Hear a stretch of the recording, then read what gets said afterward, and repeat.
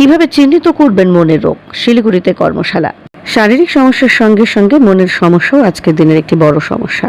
শরীরের নানা রোগে আক্রান্ত হওয়ার সঙ্গে সঙ্গে আজকাল বহু মানুষ মনের রোগেও আক্রান্ত হচ্ছেন। অথচ মনের রোগ নিয়ে অনেকেরই কোনো ধারণা নেই, বা ধারণা থাকলেও অনেকেই মনের রোগের চিকিৎসা করেন না। বহু মানুষ মনের রোগে আক্রান্তদের অবহেলা বা উপহাস করেন। তাই মনের রোগ নিয়ে কিন্তু আজকাল চিন্তা করার সময় এসেছে। কি এই মনের রোগ? কত রকম মনের রোগ? মনের রোগ প্রতিকারের উপায় কি? কিভাবে মনের রোগের চিকিৎসা হয়? কিভাবে মনের রোগ চিহ্নিত করা যায় তা নিয়ে মঙ্গলবার শিলিগুড়ি দশরথ পল্লীতে সেন্ট জনস অ্যাম্বুলেন্স অ্যাসোসিয়েশনের এক হল ঘরে প্রশিক্ষণ কর্মশালা অনুষ্ঠিত হয়।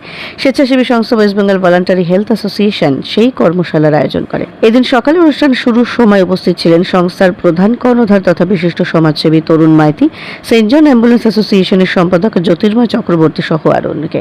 তারা মানসিক রোগ নিয়ে সকলকে সচেতন করেন, আর মনের রোগ হলে তারা সকলকে